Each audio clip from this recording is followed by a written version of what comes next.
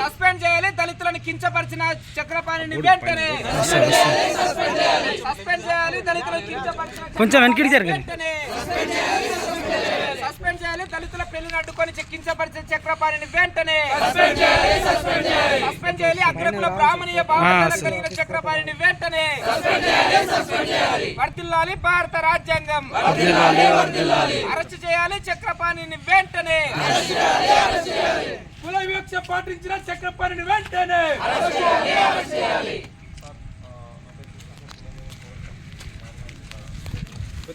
విషయం ఏంటంటే మొన్న 18వ తారీఖు రోజు ఉడుమాల యాదవేంద్ర స్వామి టెంపుల్లో ఎస్సీలు మాదిగ కులస్తులకు సంబంధించిన ఓబులేషు అనే ఆయన పెళ్లి నిశ్చయించుకున్నారు.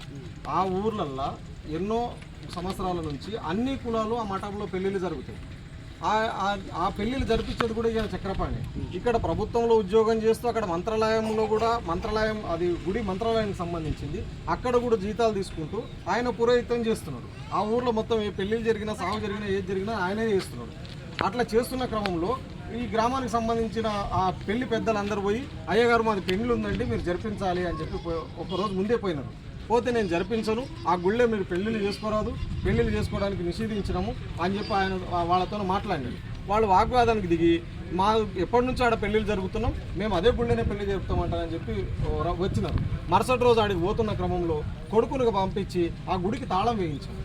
తాళం వేయిస్తే అక్కడికి వెళ్ళిన పెళ్లి పెద్దలు పెళ్లికి వచ్చినటువంటి బంధుమిత్రులందరూ ఆగ్రహించి గుడి మెట్ల మీదనే పెళ్లి కార్యక్రమాన్ని జరిపిస్తున్న క్రమంలో మళ్ళీ ఆయన వచ్చి అప్పుడు గుడి తలుపులు తీస్తున్నటువంటి సందర్భం తీయనీయలేదు మనోళ్ళు. నువ్వు గుడి తాళం వేసినావు కాబట్టి తాళమే ఉండుకోకు అంటారని చెప్పి పెళ్లిని జరిపించుకొని అక్కడ నుండి అవమానంగా తిరిగి ఇంటికి రావడం జరిగింది. ఎవరు కూడా భోజనాలు కూడా సక్రమంగా చేయలేదు సార్. అక్కడ పెళ్లికి వచ్చిన ఆయన పెళ్లి కూడా చేయలేదు. చివరికి గ్రామంలో ఉన్నటువంటి దాసరాయిని తీసుకొని పోయి పెళ్లి చేసినారు. సరే పెళ్లి చేసుకొని వాళ్ళంతా అవమానంగా వచ్చిన తర్వాత ఇది పత్రికల ద్వారా బయటకు వస్తే మేమందరం వాడికి నిజ నిర్ధారణకు పోతే సీఏ గారు వచ్చారు, వీళ్ళందరూ వచ్చారు. అప్పుడేమంటున్నాడంటే ఆయన ఇది మంత్రాలయం పీఠాధిపతుల ఆదేశం, వాళ్ళ ఆదేశం ప్రకారం నేను చేసినానంటాడు.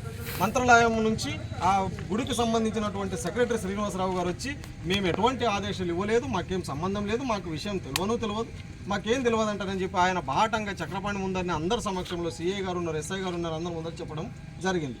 మరి ఇట్లా చేసినారు సార్, ఎట్లా అంటే దాన్ని మేము చింతిస్తున్నాం, మేము క్షమాపణ చెప్తున్నాం, మా మఠం నుంచి అయితే లేదని చెప్పి ఆయన మాకు సంజయించి ఇచ్చింది. అక్కడ ఉన్నటువంటి చక్రపాణి కనీసకంగా నేను చేసింది తప్పో లేదా పొరపాటో నన్ను క్షమించండి అనే మాట మాత్రం అనకుండా గుళ్ళ నుంచి అక్కడ నుంచి వెళ్ళిపోవడం జరిగింది. మేమేమంటున్నామంటే సార్, మీ దగ్గర పనిచేస్తున్నాడు ఆయన, మీ డిపార్ట్మెంట్లో పనిచేస్తున్నాడు, ప్రభుత్వ ఉద్యోగిగా ఉండి నెలలో ఒక రోజు కుల మతాలు పాటించొద్దని చెప్పి ప్రభుత్వం మన కార్యక్రమాలు తీసుకున్నది. అటువంటిది దాన్ని వ్యతిరేకించాల్సింది పోయి ఆయన ప్రోత్సహిస్తూ ఎప్పటి నుంచో ఎస్సీబీసీలు కలిసి ఉన్నటువంటి వాళ్ళ మధ్యలో వైరుధ్యాలు సృష్టిస్తూ కుల మతాలకు తావా వేస్తున్నటువంటి చక్రపాణిని అరెస్టు చేయాలని చెప్పి ఆయనను అరెస్టు చేసి ఆయనను ఉద్యోగం నుంచి తొలగించాలని చెప్పి మేము ప్రజా సంఘాలుగా మేము ఎంఆర్ఓ గారి ద్వారా జిల్లా కలెక్టర్ గారికి పంపించడం జరిగింది. మీ ద్వారా పై అధికారులకు పంపించి ఆయన మీద తక్షణమే యాక్షన్ తీసుకోవాలి. ఒకవేళ ఆయన అరెస్టు కాకపోతే లేదా సస్పెండ్ కాకపోతే ముందు జరగబోయే పరిణామాలకు మొత్తం మండలంలో ఉన్నటువంటి ఎంపీడీఓ గారు తహసీల్దార్ గారి బాధ్యత వహించాల్సి ఉంటుందని చెప్పి మేమందరం ముందుగానే మీకు విజ్ఞప్తి చేయడానికి మేము అన్ని సంఘాలుగా కలిసి వచ్చిన అన్ని సంఘాలుగా ప్రజా సంఘాలు అన్ని కుల సంఘాలుగా మేము మీ దగ్గరికి రావడం జరిగింది సార్. ఈ విషయంలో మరి మీరేమంటారు? మేము ఏం చేసినామంటే సార్, అట్రాసిటీ కేసు కూడా బుక్ అయింది సార్, అది ఎఫ్ఐఆర్ కాపీ కూడా జతపరిచినాం. పేపర్లో వచ్చినటువంటి అన్ని కాపీస్ జతపరిచి మీకు ఇవ్వడం జరిగింది సార్. అయితే అందరికీ నమస్కారము. మేము మా తరఫున మేము తెలియజేసేది ఏంటంటే మీరు ఇచ్చినటువంటి మేము గత 3 రోజుల నుంచి చూస్తూనే ఉన్నాము. వార్తాపత్రికల ద్వారా అయితే మేము ఈ సెల్ ద్వారా అయితే మేము వాట్సాప్ ద్వారా చూస్తున్నాము. అయితే ఇవన్నీ చూస్తున్నాము. అయితే మీరు ఇచ్చినటువంటి ఈ పేపర్ని కూడా మా హైయర్ ఆఫీసర్ జిల్లా పరిషత్ సిఇఓ గారికి తెలియజేస్తూ కలెక్టర్ గారికి కాపీ పంపిస్తున్నాను. మెయిల్ చేపిస్తాను సార్. లోపల ఉండా పెద్ద మనిషి లేడా? లీవ్ పెట్టిండా? లీవ్ కూడా పెట్టలేదు.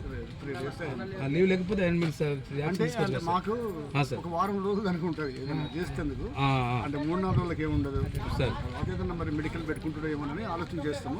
వారం దాటితే మేము ఉంచాము, ఇక పైకి పంపుతాం. Okay sir. మీరైతే పైకి రిపోర్ట్ పంపండి సార్, ఇట్లా జరిగింది, ఇట్లా సంఘాలను ఇచ్చినాయి, మీరు కూడా చూసారు కాబట్టి ప్రెస్ జిల్లా పరిషత్ పంపిస్తాం. సార్. హెడ్ ఆఫీస్ డిపిఓ గారికి ఇవ్వండి. మాట్లాడుతూ సత్వరంగా సస్పెండ్ కావాలి సార్ ఆయన. ఇటువంటి మీ ఆఫీస్ నుండి కూడా మీకు కూడా పేరు బదనాం. అటువంటి కులం మాది, ఇది ప్రజల ఆఫీస్ కదా సార్. విఆర్ఓలుగా ఉన్న వాళ్ళు మొత్తం ఈ మండలం నుంచి వేరే మండలాలకు ట్రాన్స్ఫర్ అయితే ఆయన పలుకుబడిని ఉపయోగించుకొని ఇదే మండలంలోనే ఈయన ఎంపీడీఓ అవతల నుంచి ఇవతలకు షిఫ్ట్ అయినాడు అంతే. ఇక్కడ ఎందుకున్నాడు అని అంటే ఈడ ఉంటే ఆఫీస్ చూసుకోవచ్చు, ఊర్ల పురోహిత్యం చూసుకోవచ్చు, రెండు చూసుకోవచ్చు అనే దానికి సంబంధించి ఆయన బాల్య వివాహాలు జరిపించాడు సార్. చాలా మంది బాల్య పిల్లల్ని చదువుకోవద్దని చెప్పేసి ఎస్సీలను బీసీలను ఇలా ఉంటారు కదా, వాళ్ళని 10వ తరగతి చదువుతున్న పిల్లలు ఎవరైనా ఇంటర్మీడియట్ జాయిన్ చేపిస్తారు కదా, వాళ్ళ తల్లిదండ్రుల దగ్గరికి ఈయననే వెళ్ళి అమ్మాయిలను ఇంకెంతకాలం చదివిస్తామా, పెళ్లి చేయాలి కదా అని చెప్పేసి బాల్య వివాహాలు చేసిన చరిత్ర కూడా బయటకు వస్తుంది. ఆ చరిత్ర మొత్తం కరపత్ర రూపంలో రాస్తాం తప్పనిసరిగా. మహాధరణ 28 తారీఖు రోజు కూడా అనుకుంటున్నాం. ఆ డేట్ కన్ఫర్మేషన్ అయితే తప్పనిసరిగా ఆయన చరిత్ర మొత్తం తీస్తాం బయటికి. ఇక ఆయన ఎంతమంది ద్రోహం చేసిన, ఎంతమంది బాల్య వివాహం చేసిన అదంతా చేసేస్తాం సార్. తప్పనిసరిగా మా రిక్వెస్ట్ మీ పై అధికారులకు కూడా తీసుకెళ్ళండి. మెయిల్ పెట్టేస్తాం. Thank you sir. Thank you sir.